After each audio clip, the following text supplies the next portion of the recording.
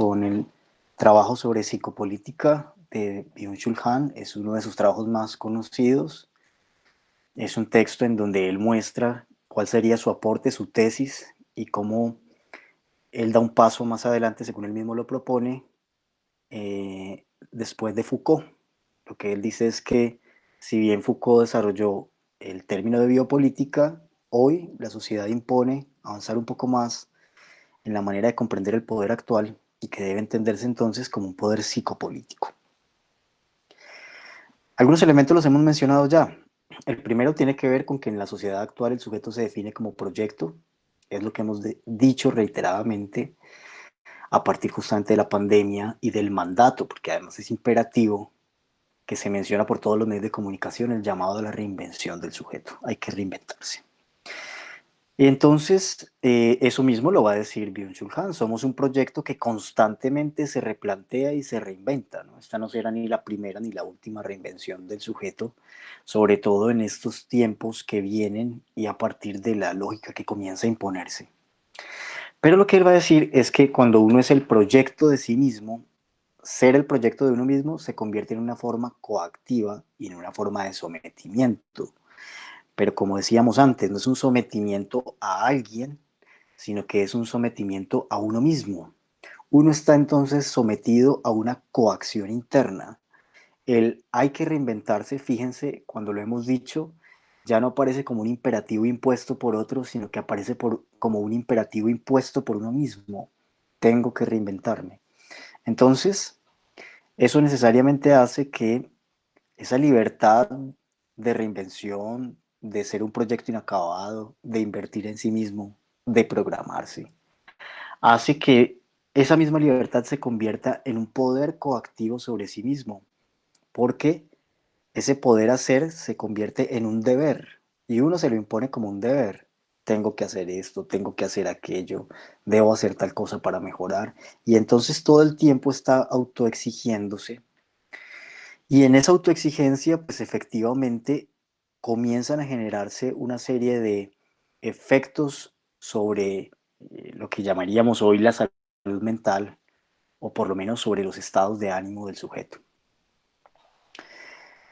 El punto en el que yo les decía ahora, me parece que uno podría tomar cierta distancia con el planteamiento, es que esa instancia interna que es coactiva, pues en realidad existe desde siempre en el inconsciente y el psicoanálisis lo enseñó muy bien, fue de algo que se ocupó Freud con mucho detalle, sobre todo en sus planteamientos posteriores al descubrimiento del complejo de Edipo y luego del llamado narcisismo.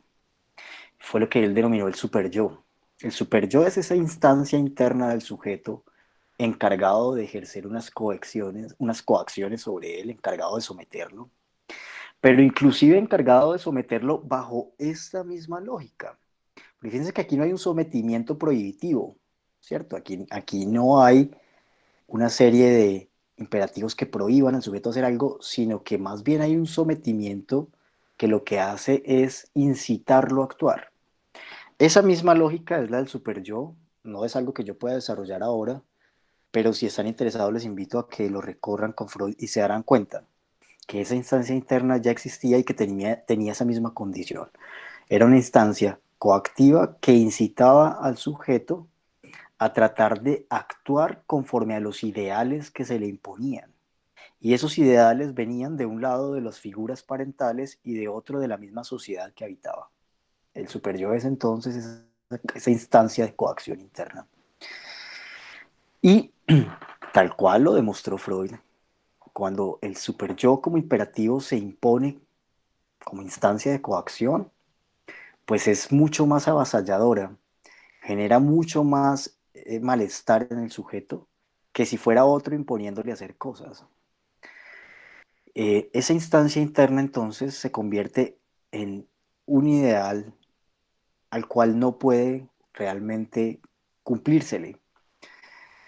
Y genera enfermedades, como ya lo anotaba Freud, en la distinción clásica que hacía la psiquiatría entre neurosis y psicosis.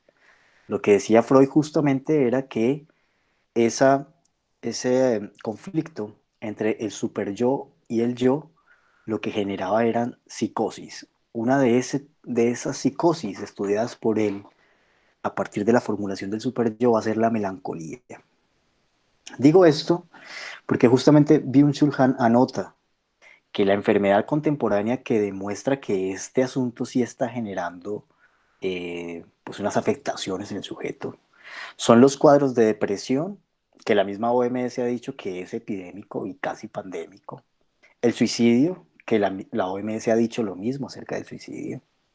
Y el llamado síndrome de Burnout o síndrome de agotamiento, que sobre todo en Europa, a través pues, de estudios basados en evidencia, se ha demostrado que muchas muertes se producen a causa de este síndrome de agotamiento. Personas totalmente agotadas en este mundo exigente, en el trabajo, en el estrés pues, cotidiano y laboral, terminan casi que literalmente desplomándose y muriendo a causa de eso, o por lo menos perdiendo toda funcionalidad para poderse adaptar al mundo laboral. Entonces, ese tipo de enfermedades muestran ya que, en efecto, esta instancia coactiva, que no es que no existiera antes a mi modo de ver, sino que más bien lo que ocurre es que con la sociedad actual, pues existe una mayor exigencia interna, pues genera efectos en los sujetos y ahí tenemos parte de esos efectos.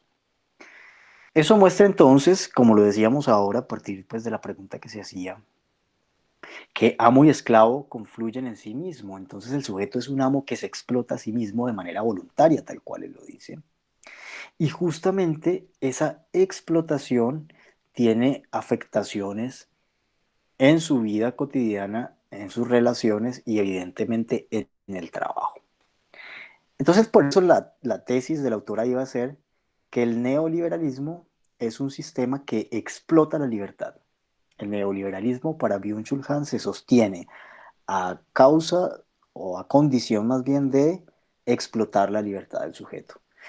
Lo habíamos dicho ya muy bien con Foucault, sin el presupuesto, sin el concepto de capital humano no habría neoliberalismo y por lo tanto no habría una sociedad capaz de explotar al sujeto a partir de esa lógica de libertad en qué, en ser proyecto de sí mismo, en ser un capital, en ser una inversión, en lograr mm, mejorar en sus capacidades para también obtener no solo mayores remuneraciones, sino mayor reconocimiento.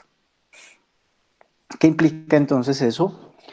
Que también se abre una franja de explotación no solamente dirigida a las formas de trabajo cotidianamente conocidas por nosotros, sino que se explotan otros aspectos de la dimensión humana, como lo menciona Byung-Chul Han, por ejemplo, la emoción, por ejemplo, el juego, por ejemplo, la comunicación. Si la emoción, el juego y la comunicación son formas de explotación hoy, cuando decimos formas de explotación, lo que debemos entender es que son formas de acumulación de plusvalía o entonces de producción de plusvalía. Lo que estaríamos diciendo es que las distintas emociones que podrían condensarse en los emoticones de las redes sociales, los gamers y las comunicaciones, tal cual lo enunciaba Philippe Breton, comuníquese, no importa qué diga, pero comuníquese, es decir, comunicaciones vacías. Esos tres aspectos son susceptibles de ser explotados, luego son susceptibles de generar plusvalía, y ese es el punto importante. Entonces, por eso, lo que dice Byung-Chul Han es que el capital copula consigo mismo, es decir, copula con otro que es un sujeto que se concibe como capital y a través de la idea de su libertad individual, ese capital, digamos, busca autorreproducirse, si se quiere. Entonces, eso implica que si el sujeto actual, bajo la lógica del neoliberalismo, que aquí es retomada por Byung-Chul Han, es la de el individuo como capital, o sea, la del capital humano, pues lo que se puede concluir es que aquello que es libre no es el individuo, sino que aquello que es libre es el capital. Cuando la libertad recae sobre el capital humano, no ya sobre el hombre libre del siglo XVIII, XIX, sino sobre el capital. Lo que es libre es el capital. Yo soy libre en mí en cuanto capital. Y si yo dejo de tener el atributo capital, o sea, si yo dejo de ser capital, dejo de ser libre. Aquí tendríamos que entrar en un campo de la lógica que sería demasiado extenso de desarrollar, pero que básicamente tiene que ver con la manera en la que reorganiza la lógica el señor Peirce a través del conocido cuadrángulo de Peirce, que se propone situar cómo funciona la relación entre los universales afirmativos, los universales negativos, los particulares afirmativos y los particulares negativos. No voy a entrar en esos detalles, pero simplemente lo resumo así. Para Peirce, aquello que define a una cosa o a un sujeto es su cualidad, su atributo. Entonces, el hombre se define como hombre porque es libre, diríamos, al menos bajo el proyecto de la modernidad. ¿Qué es un hombre? Es un ser libre. Lo que define la humanidad en la modernidad es la libertad. Es hombre porque es libre. No solo en la modernidad, lo hemos dicho ya. En la sociedad griega es igual. Es hombre aquel que es libre. Los demás o son esclavos, son mujeres, son niños o son animales. Es hombre solo el que es libre. Lo que ratifica entonces que una cosa o un ser humano se define por su atributo. Si carece del atributo, carece entonces de, digamos, del sustantivo mismo. Por lo tanto, diríamos, un hombre hoy es libre en cuanto capital humano. Pero si deja de tener el atributo capital, él ya no es libre. Y podríamos poner a prueba esa afirmación, a ver si se sostiene o no. Si ustedes lo miran, por ejemplo, en las medidas que se han tomado a partir del confinamiento, que se han venido flexibilizando, pues prácticamente las únicas personas que todavía no pueden salir a la calle son los niños menores de 6 años, si no estoy mal, y los adultos mayores de 70 años. ¿Por qué? Faltaría ver si tiene que ver con esto. Mientras pierdan su atributo de capital, evidentemente perderán no solo su estatuto de libertad, como en el caso que estamos mencionando, sino su estatuto de humanidad. En la sociedad actual, un humano que carezca de capital no puede ser concebido humano. Claro, los humanistas podrían venir a decir ahora, no, es que todos los humanos tienen capitales porque tienen habilidades y entonces talentos. Y no me refiero a esa lógica, me refiero a la posibilidad de que eso que un humanista llamaría entonces su habilidad sea rentable.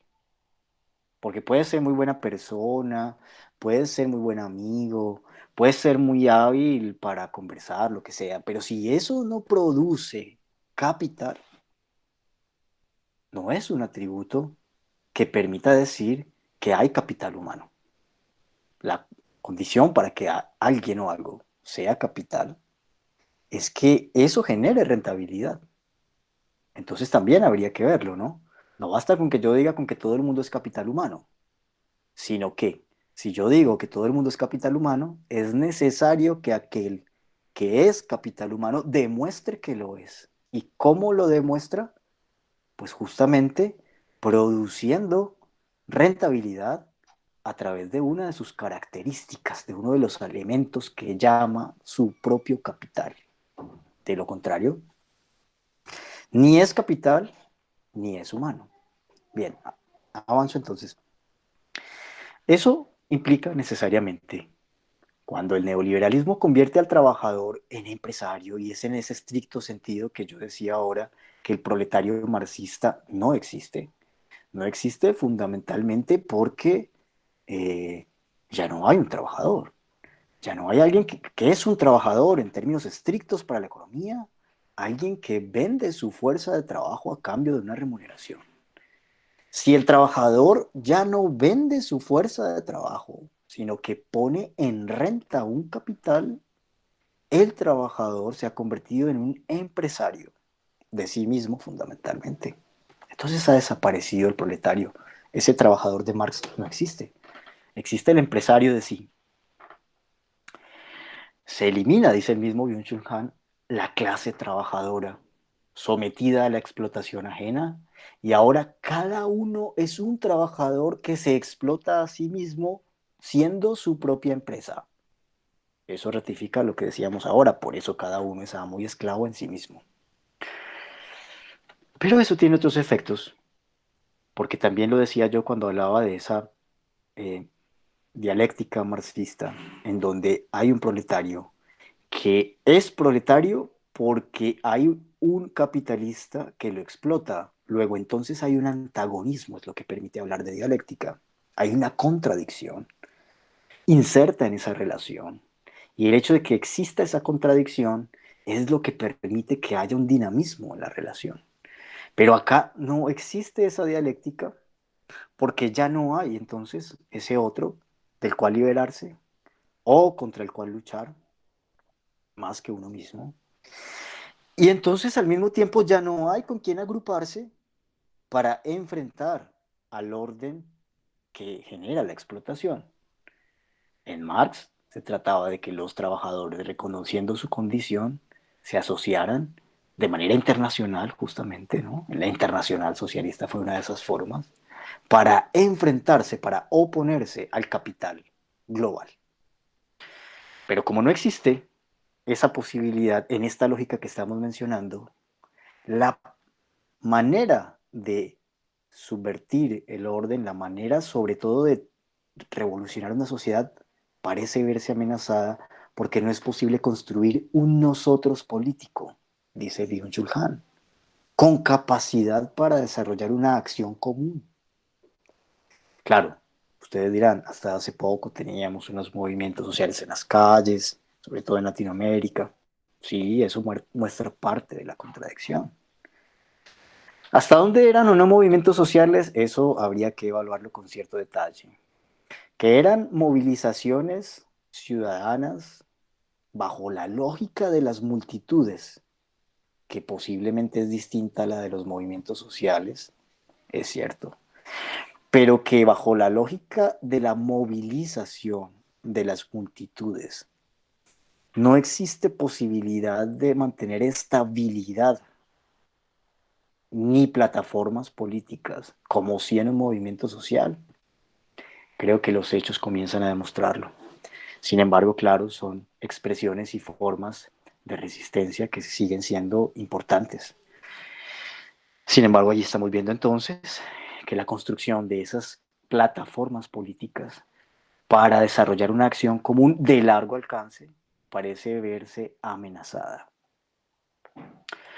Pero eso implica también que como la culpa recae sobre el sujeto, entonces cuando algo sale mal, toda la responsabilidad debe asumirla a él, toda la vergüenza debe asumirla a él, y entonces ya no hay resistencia contra nadie, sino simplemente hay una agresión que antes se dirigía hacia afuera, hacia el empleador, hacia el capitalista, hacia el sistema financiero, pues no hay más remedio que dirigirla hacia sí mismo.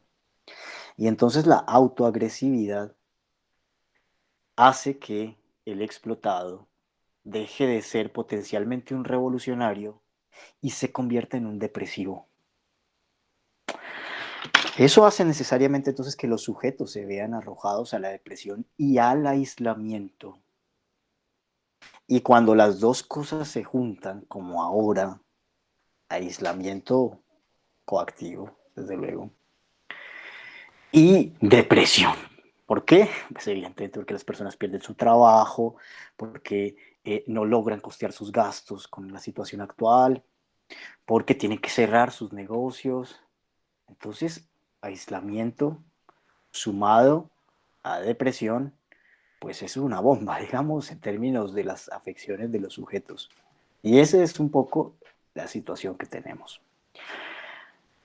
Muestra también la situación de aislamiento, que se vuelve inclusive propicia para que las escasas formas que podrían haber de movilización social comiencen a verse obstaculizadas, interferidas y menguadas en la potencia que tenían, que parecía ser muy interesante, al menos en Latinoamérica.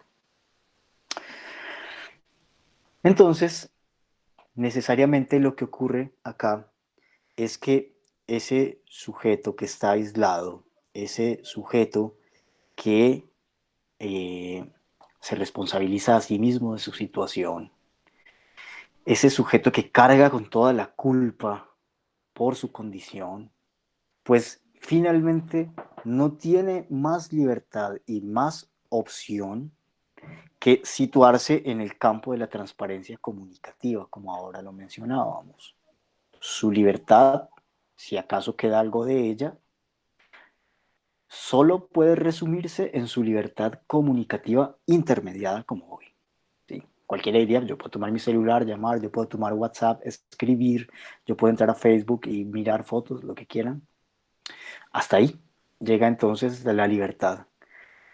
Pero es una libertad que cada vez más se instala como modelo totalizante en esa sociedad transparente, a través de ese mismo ejercicio que ya mencionamos, de desinteriorización, de exposición de la interioridad, y hace también que la libertad quede reducida a ese escaso campo de capital, porque sigue siendo un campo de capital y de capitalización, de producción de plusvalía.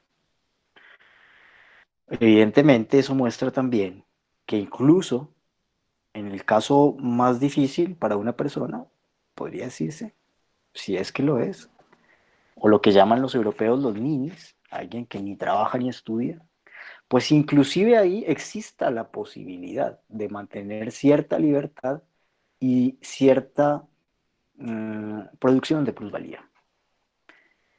Si ni trabaja ni estudia, lo importante es que, como decíamos atrás, o juegue o se comunique o transfiera emociones en la red. Eso hace por lo menos que su libertad sea manifiesta, pero que su libertad sea productiva. Pueda que no la capitalice él, pueda que la capitalicen otros, pero de todas maneras eso, digamos, lo mantiene existiendo en la sociedad actual, que es lo importante. Voy a ir entonces cerrando con algunos aspectos que me parece importante ir anudando a lo que ya veníamos trabajando sobre el totalitarismo, sobre esa sociedad del estilo Gran Hermano y esta vuelta que dimos hoy, este tránsito hacia las sociedades de la transparencia. Lo primero que ya hemos dicho y queda claramente expuesto, al menos con la teoría de este señor coreano, es que del panóptico disciplinario hemos pasado a un panóptico digital y ese es el panóptico que hoy tenemos. Un panóptico de la transparencia basado en la hipercomunicación. Que cada uno allí expone su intimidad para ese panóptico. Que cada uno allí se exhibe sin vergüenza y sin miedo. Pero además, que aquel que lo vigila ya no es un otro como lo era Gran Hermano, por ejemplo, en el mismo libro, sino que ese que lo vigila es un semejante. Cualquier otro entonces es Gran Hermano ahí. Cada uno vigila a otros y al mismo tiempo esos otros se exponen a la vigilancia de uno. Entonces, eso hace que haya una democratización de la vigilancia. Todo el mundo permanentemente vigilando a los demás, denunciando a los demás. Cada uno entonces es Gran Hermano para el otro. Cada uno entrega visibilidad y control al otro en la medida en la que se expone. Pero también, si tenemos un panóptico en donde todos somos Gran Hermano, pero también todos somos observados por Gran Hermano, pues la posible confianza que podría existir en una interacción comunicativa, en un vínculo social, comienza a verse amenazada. Entonces la sociedad se convierte en una sociedad de la sospecha. Esto no es algo que estemos diciendo en términos, digamos, generales macropolíticos. No es que, por ejemplo, hayan unos políticos que, dada su importancia, ¿cierto?, se consideren una amenaza, sean sospechosos, intercepten sus comunicaciones. Sí, eso ocurre en nuestro contexto, pero lo importante no es eso. Lo importante es que hoy cualquiera puede aprovechar la intimidad del otro para intentar sacar provecho y por lo tanto cada uno de nosotros es sospechoso frente a aquel que expone su intimidad. Ustedes han visto lo que ocurre en la cotidianidad.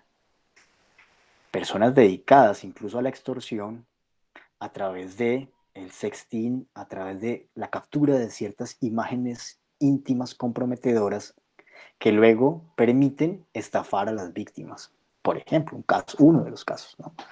Pero de todas maneras, entonces, el solo hecho de saberse vigilado hace que constantemente tengamos sospechas sobre los demás. Cuando hay sospechas sobre los demás, cuando no hay confianza, es difícil sostener los vínculos sociales. Y eso justamente es lo que debilita cada vez más la vinculación entre las personas. Esa sociedad de la transparencia, entonces, al mismo tiempo exige rendimiento. Si no fuera así, no necesitaríamos redes cada vez más veloces, ¿no?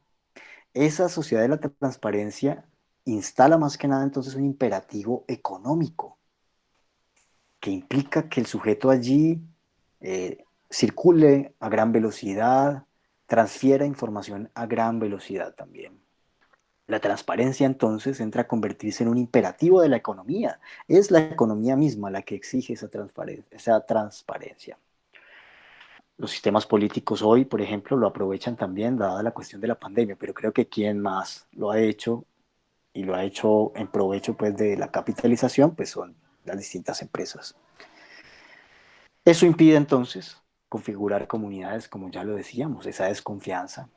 Los individuos se aíslan y ese aislamiento es de alguna manera el obstáculo más grande para poder instalar, insisto, un movimiento político que construya una figura cohesionante que realmente sea de largo alcance y de alto impacto.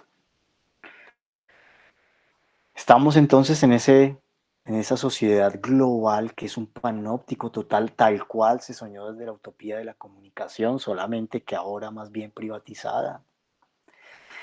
Es total porque ya no hay una afuera, sin que hayan muros, sin embargo estamos todos ahí metidos y ya no hay posibilidad de quedarse atrás o por fuera de quien lo haga, ya decíamos, simplemente deja de existir. Entonces, eso implicará que cada uno de nosotros en esa sociedad panóptica es víctima porque es observado, porque sus datos son controlados o al menos son utilizados, pero también es actor y también se juega como actor, se expone, se desnuda para la cámara y también se vende como producto. Eso es lo que hace justamente que sea mucho más difícil lograr esas fugas de las que hablaba Karen ahora y que tendrían que ser pues unas fugas efectivas. Voy a dejar hasta ahí para que ustedes puedan realizar sus comentarios. Muchas gracias.